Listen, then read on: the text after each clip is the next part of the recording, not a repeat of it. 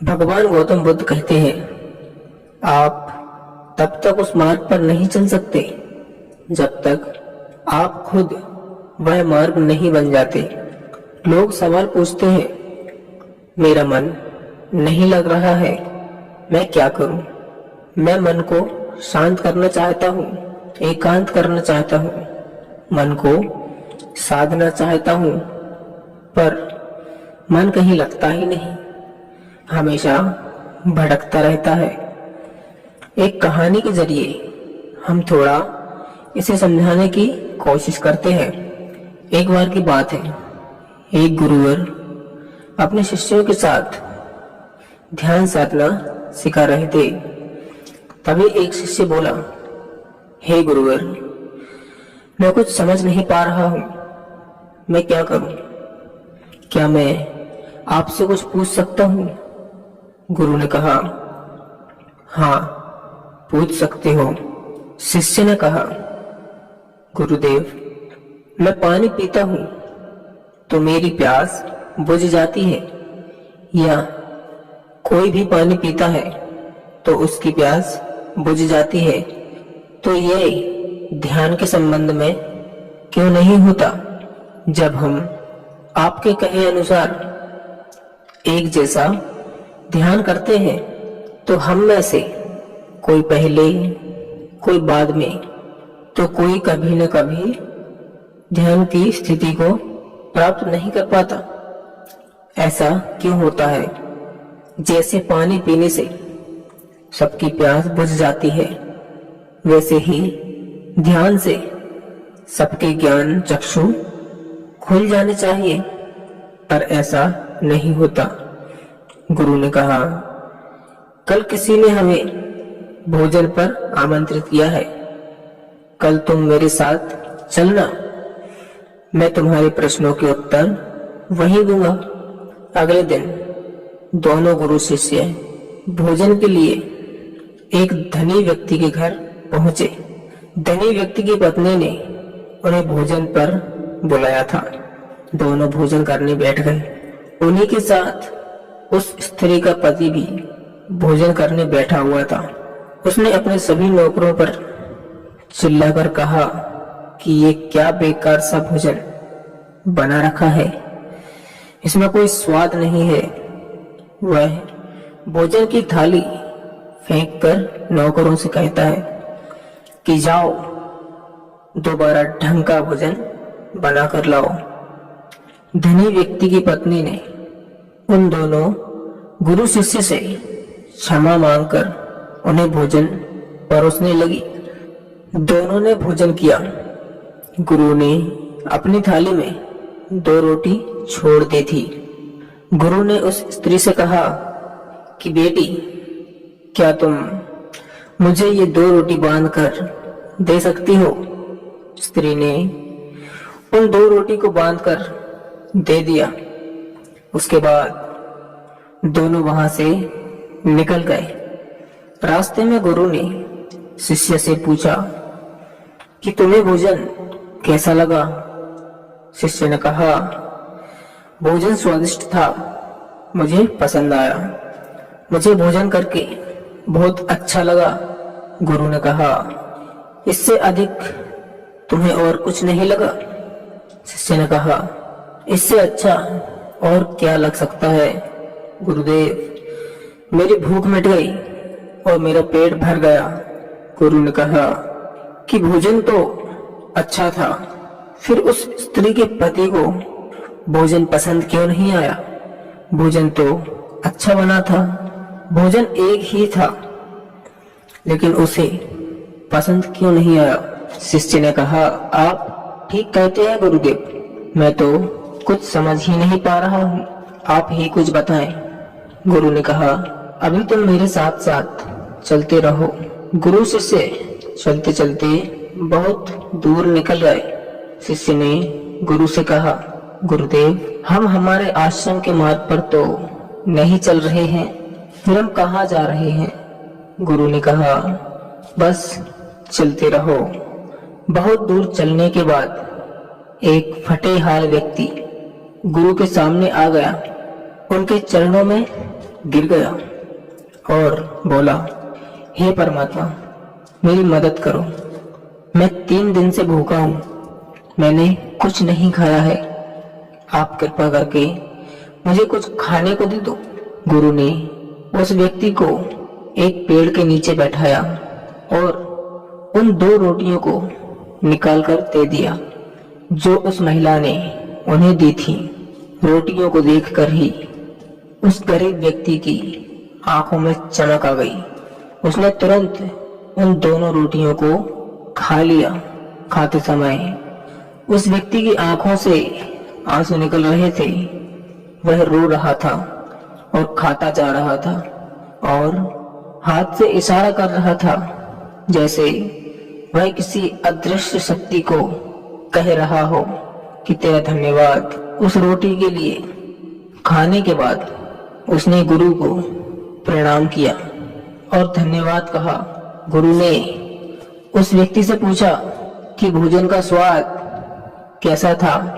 उसने कहा, स्वाद तो कहीं था ही नहीं, केवल जीवन था, परमात्मा और ईश्वर था। ये रोटियां नहीं थी, यह तो साक्षात जीवन था। ये कहकर वह व्यक्ति वहां से चला गया। गुरु ने शिष्य से कहा, देखो, भोजन वही था, लेकिन एक व्यक्ति को उसमें स्वाद नहीं आता है। तुम्हें उसमें स्वाद आया, तुम्हें भोजन पसंद आया, लेकिन वही इस व्यक्ति को इस भोजन में स्वाद नहीं आता, बल्कि वह इसमें ईश्वर, परमेश्वर, जीवन को देख लेता है। इससे पता चलता है कि व्यक्ति और भोजन की तृप्ति में भी अंतर है। पहले व्यक्ति की इसमें कोई तृप्ति नहीं हुई थी, तुम्हें थोड़ी तृप्ति होती है, और इस व्यक्ति को अनंत तृप्ति हुई। ऐसा ही ध्यान के संबंध में होता है। जिसको जितनी ज्यादा प्यास होती है वह उतनी ही जल्दी मार्ग बना लेता है।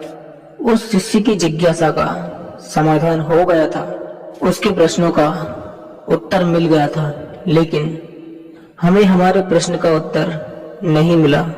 प्रश्न था, मन क्यों नहीं लगता? जो लग जाए वह मन नहीं है, मन का स्वभाव ही भागना है। जब हमारे पास कोई चीज अत्यधिक होती है तब मन उससे भागने लगता है।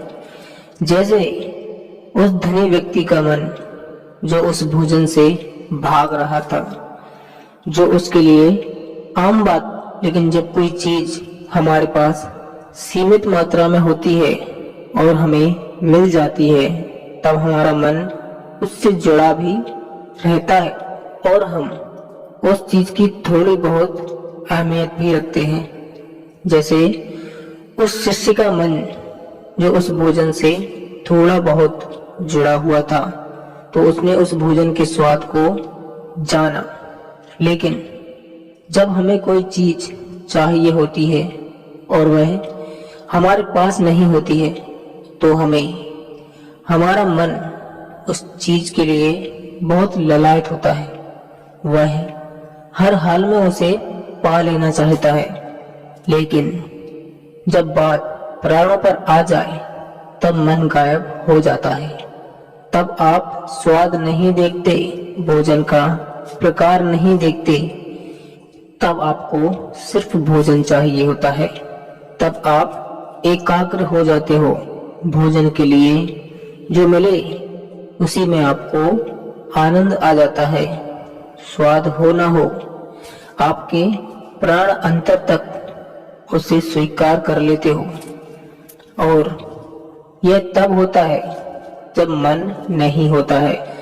हम हमारे मन को लगाने की बहुत कोशिश करते हैं। कुछ पढ़ाई में लगाने की कोशिश करते हैं, तो कुछ अपने काम में कोशिश करते हैं। लेकिन आपने देखा होगा कि मन कहीं लगता ही नहीं, और ये लग भी नहीं सकता, क्योंकि इसका काम किसी चीज में लगना नहीं है, बल्कि इसका काम है आपको भगाना, इधर से उधर। एक चीज आपको मिली तो दूसरी चीज पर ले जाना, दूसरी चीज आपको मिली तो तीसरी चीज पर ले जाना। मन संतुष्टि को नहीं जानता, वह केवल पाना जानता है। पाने के बाद भूल जाना जानता है। जो मिल गया उसे छोड़ देने की आदत होती है, जो छूट गया उसे फिर से पा लेने की आदत मन की होती है। अपनी जिंदगी में पिछले हिस्सों को देखें और जानें कि क्या आपका मन कहीं लगा है, कहीं रुका है, या यह केवल आपको अभी तक भगा रहा है और आप भाग रहे हैं। अब सवाल आता है कि अगर मन का काम भागना या भगाना है तो क्या जिंदगी भर हम भागते ही रहेंगे? क्या हम कहीं नहीं रुकेंगे? ध्यान से देखो तो जिंदगी ऐसी ही है। जन्म से लेकर मृत्यु तक इंसान भागता ही रहता है, कभी किसी चीज के पीछे तो कभी दूसरी चीज के पीछे। लेकिन फिर भी कुछ इंसान अपवाद हो जाते हैं, फिर वह रुक जाते हैं, भागना बंद कर देते हैं। तब चीजें उनके पीछे भागती हैं, वह किसी चीज के पीछे नहीं भागते। इसका सबसे बड़ा उदाहरण गौतम बुद्ध है। हम आम लोग कैसे अपने जीवन में ठहराव ला सकते हैं, कैसे हम अपने जीवन में एकाग्रता ला सकते हैं, कैसे हम अपने जीवन में अपने मन को, अपने आप को नियंत्रित करके रख सकते हैं। और इसका एक ही रास्ता है, वो है ध्यान व्यवस्था। मन भागता है, ध्यान ठहराव बुलाता है।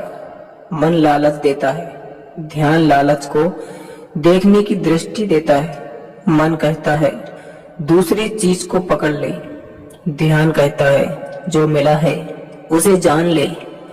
ध्यान एकाग्रता लाता है, लेकिन ध्यान को लेकर भी हम भ्रमित रहते हैं। ध्यान का मतलब आंखें बंद करके बैठ जाने को ही समझ लेते हैं। एक छोटी बच्ची बहुत अच्छी बांसुरी बजाती है और जब बांसुरी बजाती है तब उसके सुर में खो जाती है, तब उसका मन गायब हो जाता है। उसके प्राण केवल उस बांसुरी की धुन में ही रम जाते हैं और यही उसका ध्यान बन जाता है। लेकिन ऐसा इसलिए होता है क्योंकि इस लड़की को बांसुरी में रस आता है, आनंद आता है। यही उसकी प्रकृति है। वह वही कर रही है जो वह कर सकती है। एक अध्यापक है, जब वह अपने छात्रों को पढ़ाता है तो उसमें खो जाता है। वह अपने प्राणों से उस पढ़ाने का आनंद लेता है। उसमें उसकी रुचि है, यही उसकी प्रकृति है। जब वह पढ़ा रहा होता है तब उसके मन में कोई हलचल नहीं होती। वह तब न भूतकाल की बात सोचता है और न ही भविष्यकाल की। वह केवल वर्तमान के क्षण में ही रहता है और यही उसका ध्यान है। जो व्यक्ति जो है अगर वही होने लगे तो उसमें स्वतः ही ध्यान घटित होने लगता है, वह एकाग्र होने लगता है। लेकिन जब व्यक्ति कुछ होने की कोशिश करता है तो उसका मन हावी होने लगता है, एकाग्रता टूट जाती है और तब हम भागते रहते हैं। सब कुछ पा लेते हैं, तब भी सोचते हैं कि कुछ रह गया है और अधूरापन कभी पूरा नहीं होता, क्योंकि जो आप हो सकते हो थे, जो आपकी प्रकृति थी, वह आप नहीं हुए, बाकी सब कुछ हो गए। ऐसे ही आप हमेशा अधूरे रह जाते हैं। तब मन कहीं लगता नहीं। मन की प्रकृति लगने की है ही नहीं। जो लगता है वह एकाग्रता है, वह ध्यान है। और जहां आपको एकाग्रता मिल जाए, समझ लेना वही आपके लिए बना है, जिस पर चलकर आप संपूर्ण हो सकते हो। धन्यवाद।